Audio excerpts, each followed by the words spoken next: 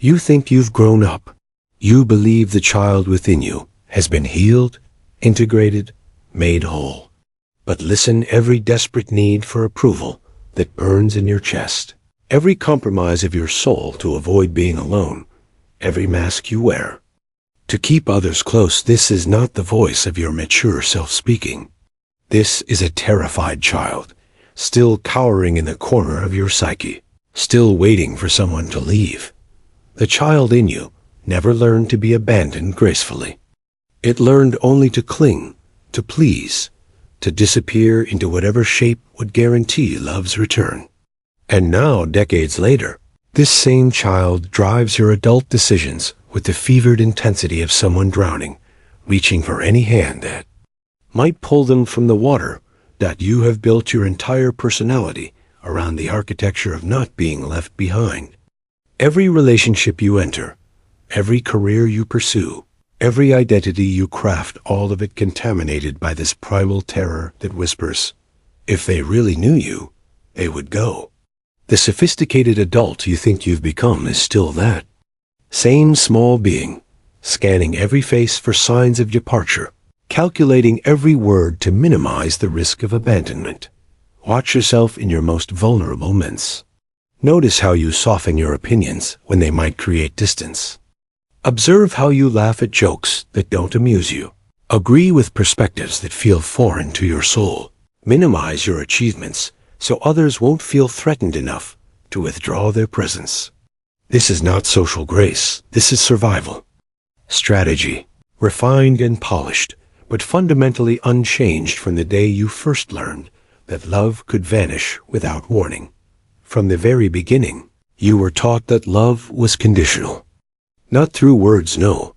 The conditioning was far more subtle, far more devastating. When you cried too long, the warmth disappeared. When you expressed needs too loudly, the attention turned elsewhere. When you failed to be the child they needed you to be, the love became distant, mechanical, a duty rather than a gift. You learned that your authentic self was somehow too much, too little, too inconvenient for this world. So you began the great work of self-erasure, trimming away every rough edge that might cause someone to step back, to look away, to leave. You became an expert in reading the room, in sensing the slightest shift in someone's energy that might signal departure. The child in you concluded that love was not a birthright, but a contract one where you must perpetually prove your worthiness, where one wrong move could void everything. This child decided that safety meant never asking for too much, never revealing too much, never being too much. Because too much equals alone, and alone equals death. But here's what they never told you. The very people who taught you to fear abandonment were themselves abandoned children, passing down their terror like a genetic curse. Your mother's overprotectiveness was her own abandonment, wound speaking. Your father's emotional distance was his way of avoiding the pain of connection that might disappear. The adults who shaped you were not wise guides. They were fellow refugees from the same primal wound, doing their best to survive in a world that had taught them the same cruel equation. You called this wisdom. You called it maturity. You called it being considerate, being selfless, being good. But it was fear wearing the mask of virtue, the fear of a child who learned that their authentic presence was a threat to the love they desperately needed to survive. Every act of selflessness became a transaction. If I give enough, if I need little enough, if I disappear enough, maybe they'll stay. The irony cuts deep. In trying so hard to avoid abandonment, you abandoned yourself. In becoming whatever others needed you to be, you lost track of who you actually were. The very strategy you developed to keep people close created a fundamental distance. Because how can anyone truly love someone who isn't truly there? Here lies the existential wound that shapes the modern soul. The confusion between being loved and being safe. The child within you never learned that love and safety are not the same thing. Love, in its truest form, does not require your diminishment. Safety does not demand your disappearance, but the child, in its innocent logic, fused these concepts into one desperate equation. To be loved means to be safe, and to be safe means to never risk being truly seen. This creates the fundamental split in human consciousness, the division between who you are and who you must be to avoid abandonment. The philosopher in you recognizes this as the birth of what we might call relational existence, a way of being where your very selfhood becomes contingent upon the presence and approval of others. You exist not as an autonomous being, but as a reflection in someone else's eyes. Without that reflection, you fear you might dissolve entirely. This is why solitude terrifies you. This is why silence feels like suffocation.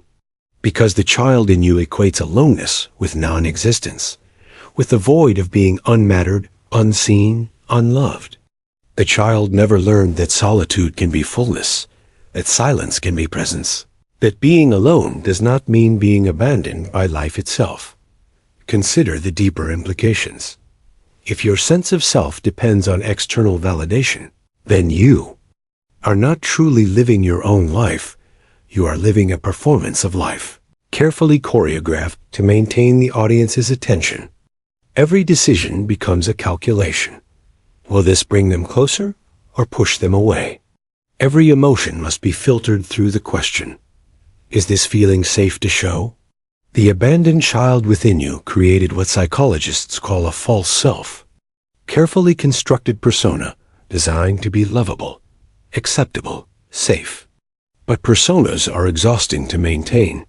They require constant vigilance, constant adjustment, constant fear that someone might see through the act and discover the unlovable. Truth beneath what the child couldn't understand is that this very construction, this false self guarantees the very abandonment it was designed to prevent.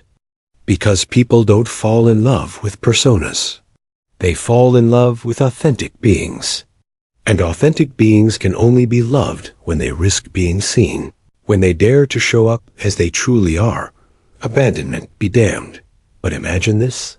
What if the fear of abandonment was not a wound to be healed, but a chrysalis to be transcended? What if the child's terror was simply the first stage of a deeper awakening, the awakening to self-sovereignty? True virtue does not emerge from the desperate need to be kept, but from the abundant knowledge that you are complete. It flows not from the child's fearful clinging, but from the adult's generous presence. Like the sun, which gives light not because it fears the darkness, but because giving light is its nature.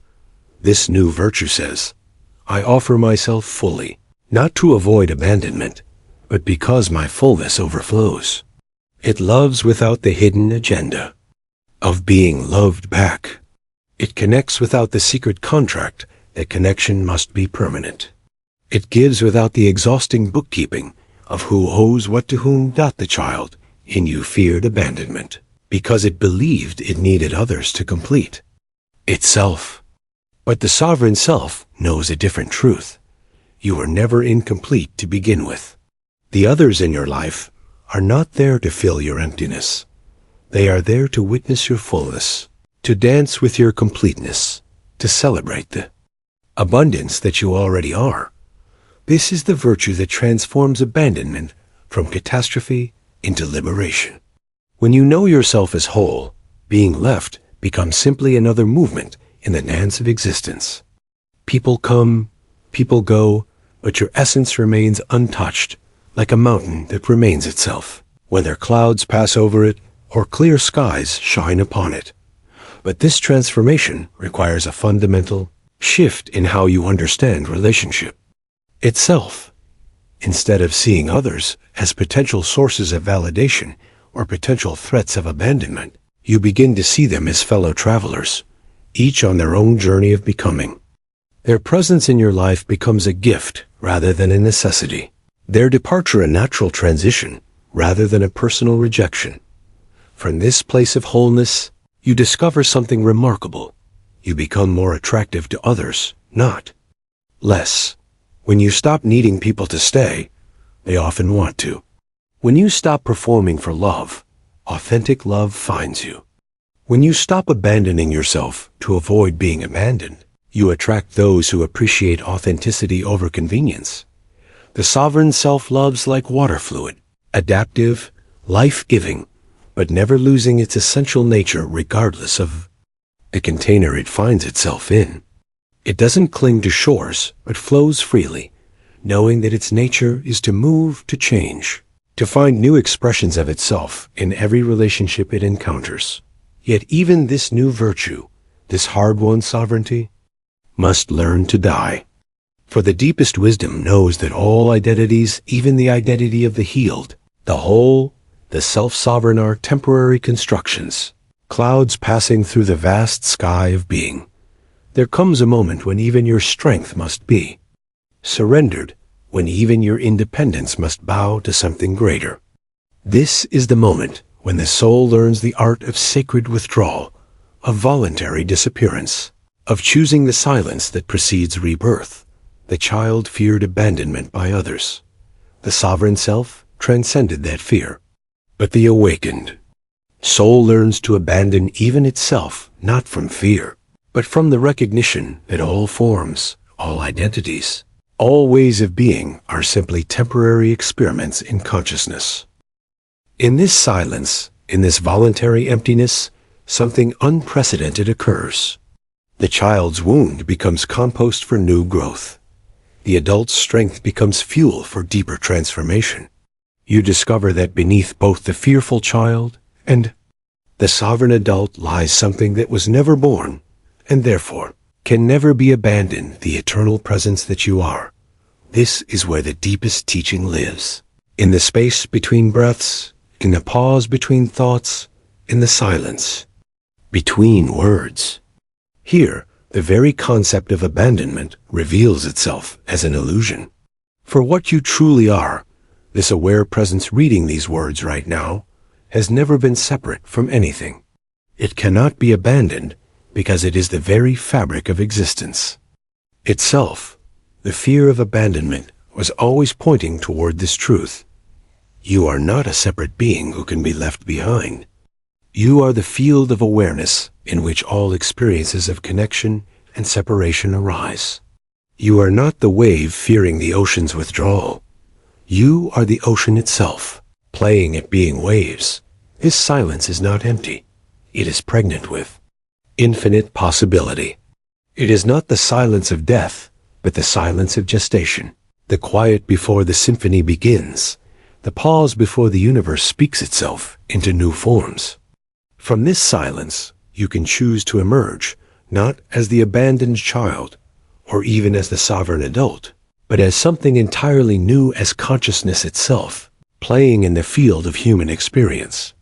When you touch this silence, even briefly, the fear of abandonment begins to seem almost quaint, like a child's fear of monsters under the bed once the light is turned on. Not because the fear wasn't real, but because you've grown into a perspective where the very premises of the fear no longer apply. If these words have touched something alive in you, if they have stirred the sleeping wisdom in your bones, then make this commitment to yourself. Write in the comments below, I choose to love from fullness, not from fear.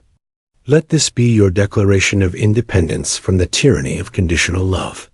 Let this be your vow to the child within you that they no longer need to perform for affection, no longer need to shrink to fit into someone else's comfort zone, no longer need to live in terror of being truly seen, but understand what you're committing to. This is not a gentle healing journey. This is a revolution of the soul. When you choose to love from fullness, you're choosing to dismantle every carefully constructed defense, every social strategy, every emotional insurance policy you've spent decades building. You're choosing to show up naked in a world that taught you to hide. This path will lose you some relationships, not because you become difficult or unkind, but because some connections were built on the foundation of your fear, sustained by your willingness to disappear. When you become visible, when you become real, some people will indeed leave. And this leaving will hurt, not because you need them to stay, but because any ending carries its own grief, its own season of sorrow. But for every connection lost to your authenticity, a deeper one becomes possible. For every person who leaves because you stopped performing, another arrives who's drawn to your realness. The universe has a way of reflecting back to us exactly what we're offering. When you offer performance, you attract audiences. When you offer authenticity, you attract communion. The path forward is not about healing the child's wound. It is about recognizing that the wound was always a doorway to depths of being that the untraumatized soul might never discover. A doorway to compassion that only comes from having touched the bottom of human fear and found yourself still breathing. Your abandonment issues were never your weakness. They were your invitation to discover what in you can never be abandoned. What in you remains when all else falls away. What in you is so fundamentally present that it needs no one else to confirm its existence. The child in you may always carry the memory of that first terror, that first taste of love's impermanence. Honor that child. Thank them for their vigilance, their creativity in crafting survival strategies, their fierce commitment to keeping you alive. But now you know something the child could never know, that impermanence is not the enemy of love. It is love's deepest teaching, the force that makes every moment of connection precious beyond measure. Continue exploring these depths. Watch the next video. Read the words that call to your soul. But most importantly, return again and again to the silence where all wounds transform into wisdom, where all fear dissolves into the endless love that you have always been. In that silence, the abandoned child and the sovereign adult both dissolve into something that was never born and will never die, the eternal presence that is your true nature. Complete and whole, needing nothing, lacking nothing, abandoning nothing, abandoned by nothing. The journey from fear to love is not a journey from here to there. It is a journey from what you think you are to what you have always been. And what you have always been is love itself, wearing the temporary costume of a human being who once believed they could be left behind.